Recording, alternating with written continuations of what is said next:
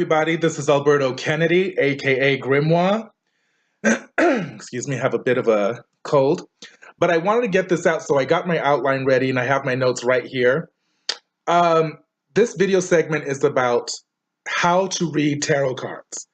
These are some formulas that I'm going to share with you that might up your game in terms of your tarot readings, whether you're reading for other people or you're reading for yourself. I know that reading for yourself is twice as difficult, and that's because you're not objective when you're reading your own tarot cards. You are subjective, so your own wants, desires, inclinations, and bias tends to bleed into the reading that you give for yourself. Reading from, at least for me, from my perspective, reading cards for other people, when it comes to me reading tarot cards, is much easier because I am the objective spectator in somebody else's life.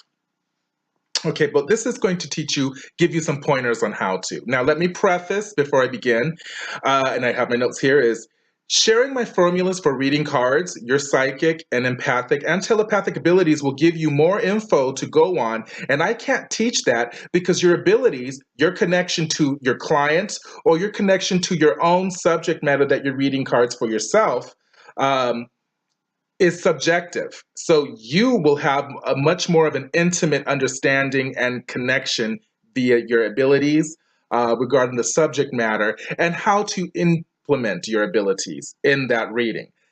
That is something innate that all psychics have. All I'm providing here are formulas and techniques that will up your abilities and maybe help you focus your abilities when giving a reading. All right. Now, let's understand tarot. When you get a tarot pack, it's divided into two segments. Okay, now it's the major arcana or trump cards. That's from the 0, which is Fool, to the world or the universe in some tarot cards, the tarot decks. Now that's the major arcana. The minor arcana is the secondary aspect of tarot, which is the suit cards. That is wands, cups, swords, and discs. Okay. Now, before we even get started, you're going to have to cleanse that tarot card pack. Keep in mind, tarot is a divinatory system. It's an oracle that you're employing. So oracles can be hacked, just like a Ouija board can be hacked by ne'er-do-well spirits, demons, whatever. Tarot can be hacked as well. Any divinatory system can be hacked. Okay. So you want to cleanse that system so that way it wards off negativity. How do you cleanse your tarot? Easy. You sage it.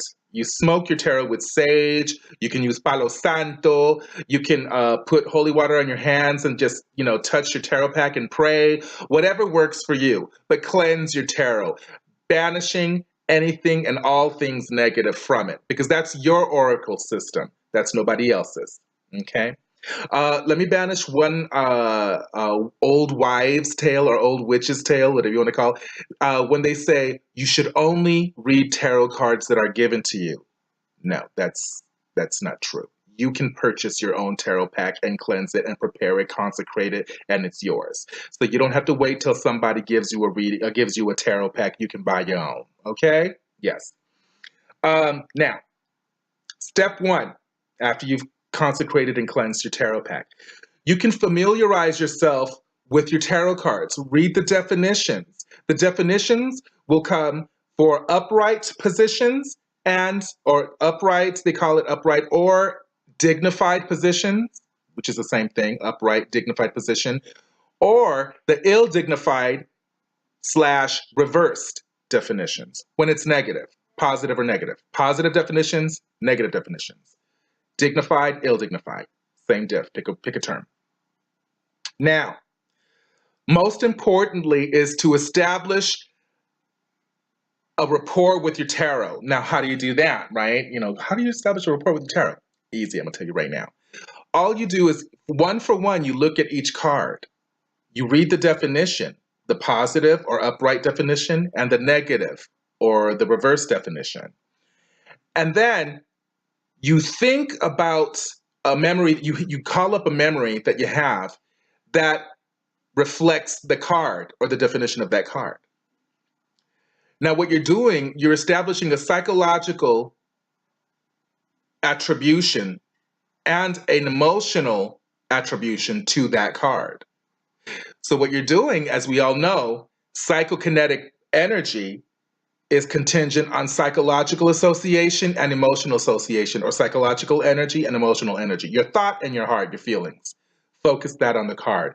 Focus on a memory that is what that card is talking about. When you're doing that for each card, you're establishing a rapport with that card and you're charging it with psychokinetic energy. That's one of the tricks I use. And it's powerful. All right. And that's basically imprinting your memories or imprinting your psychokinetic energy in your tarot. That way nobody else can use it. It won't work with anybody else. Okay. And if you don't understand that, let me break it down even further. I have an example in my notes. For example, 3 of Cups, a happy gathering, a gathering of friends, a celebration of sorts. That's what that card implies, and you can read your definition on your tarot cards that you have it see, and you'll see that I'm right. And when you do verify that, think of a time when you were happy around friends, a gathering or whatnot, and remember the feelings and remember what you were thinking at the time. What you're doing is you're putting your thoughts, your psychological association, and your emotional association to what that card represents, and that's when you're charging it with psychokinetic energy. All right. Step 2, understand that even numbers will represent positive or upright, dignified definitions of possible outcomes. And odd numbers will represent negative or reversed or ill-dignified definitions of possible outcomes. So what that means is that, to break it down to make it simple for you to remember, even numbers, positive. Negative numbers, odd numbers, negative. And I know some people say, well, if you're using the Thoth deck, which is my personal favorite, I use that tarot pack. They say 10 of swords. Ooh, that's kind of negative. Well, read the definitions. The 10 of swords in the Thoth tarot would say ruin. Oh my God, that's so scary, right? Well, let's get past our initial fear of that. It also implies, that card basically implies an ending of a thought. Remember, it's a sword, swords. Ending of a thought pattern, negative thought patterns, negative behaviors, a negative situation. Doesn't mean it's negative. It's how you interpret it, you know. And you can look at the ill-dignified of it, and then that's when it's, oh, scary, doom and gloom. But I'll get more into that later. But that's what I mean. Even numbers in tarot are positive. Odd numbers in tarot, negative. All right. Let me adjust my microphone here. It's falling on me. There you go. All right. Now, understand that major arcana cards, starting from the Fool and ending with the World or the Universe, depending on your tarot, represents higher forces, represents karma, represents the higher forces and their influence over you in your life. Higher forces could be things that are outside of your control. The suit cards represent influences that are under your control, that your influences that are emanating from you, influences that are around you or around the subject matter that you're reading, that's all under your control and is indicated by the suit cards. All right.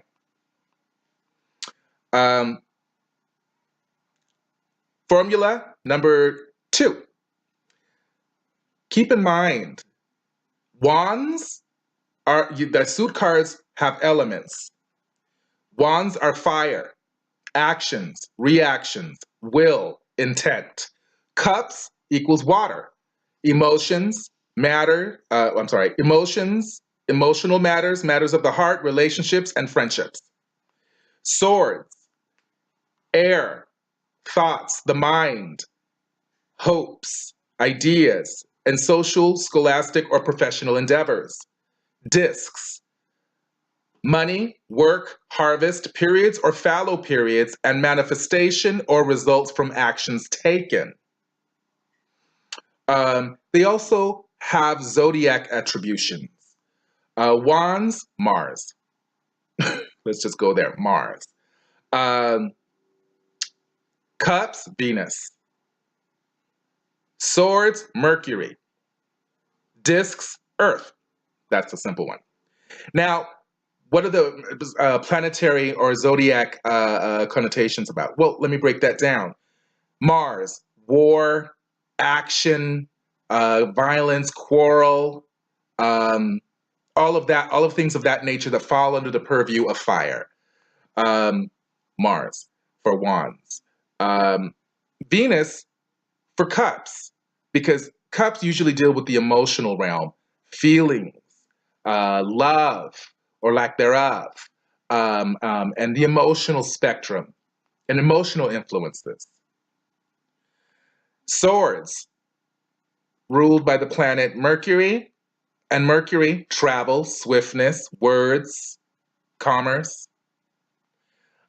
Discs, earth, money, manifestation, Malkuthian energies, which is earth, physical, tangible results, and money. Okay. Now, grimoire's formula number 3. Understand that opposing elements conflict. Example, fire conflicts with water, air conflicts with earth, and this is within the tarot, okay? So understand that conflicting elements mean that the influence of conflicting cards are in conflict, which will validate the negative aspects of the card, with highest numerical value being the strongest. Okay, let me give you an example. Let's say you draw a 5 of wands, and you draw a 3 of cups, and then lastly you draw the emperor. Well, fire and water conflict, and the 5 is a higher number. So you would subtract 5 from 3, you end up with 2. And it would be 5 of wands. So 5 of wands subtracted by 3 of cups would leave 2 of wands. But 2 of wands, even if it's even number, is still negative because it came from a negative 5. Okay, so 2 of wands usually means a meeting of the minds, a partnership that's going to go forward in terms of action. And this would be more so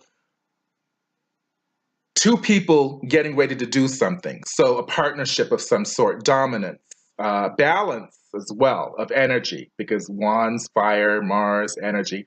Okay, so it would mean that this balance is precarious, unstable, tension remaining because of the initial quarrel of number 5 of wands.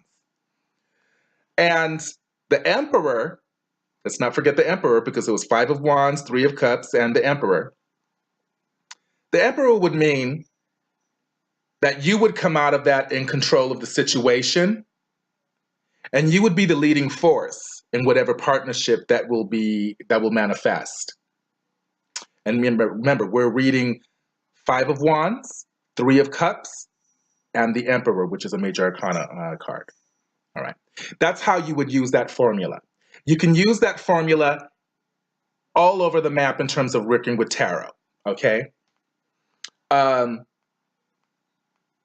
Now, this formula is only to be used when you encounter conflicting elements, okay, or opposing suit cards. Now, let's say if you have a 5 of cups and a 3 of cups, they're the same suit, right? They're both cups. Well, the same rule applies. 5, odd number, negative. 3 of cups, it's still an odd number, but it's positive. So let's just use that because of the meaning. you would end up with, you subtract 5 from 3, you would leave it to 2 of cups, which is love. Who doesn't like love, right? Well, since it came from 5 of cups, sorry, the love relationship, it will be short-lived, and it's not going to be as strong. Now, it's the contingent on the tarot cards. When you're reading tarot cards, remember, this is also another formula. It's contingent on combination. Many cards, when you're not going to just pull out 3. If you're going to give a full-on reading, you're going to have more than 3 cards, and all of them interact. And this is where your psychic ability gets involved. Okay? I'm just giving you baseline formulas. Okay. Note, you can use the same formula of negative and positive with the cards of the same suit, like I just explained to you. Now, here's a bonus formula. The court cards. Let me read this because this is deep. They can indicate the people connected to the subject of the reading. They can indicate the person's zodiac sign, gender, age, and predominant personality traits or disposition towards the subject being read, or the intentions towards the person you're doing the reading for. They can also be interpreted as aspects of your personality, or how others see you or your role in the subject being read. That's the court cards. Remember, the royalty: queen, king, knight, prince, princess, and page. They represent people. Sometimes you can tell somebody's zodiac sign. Not always, but sometimes. And that's just like an indicator, a key. Your psychic ability will let you know what's up. And so the court cards are very important as well, because sometimes they represent aspects of you. Right? I know, deep. I try to break it down and be as concise as possible. Try these formulas.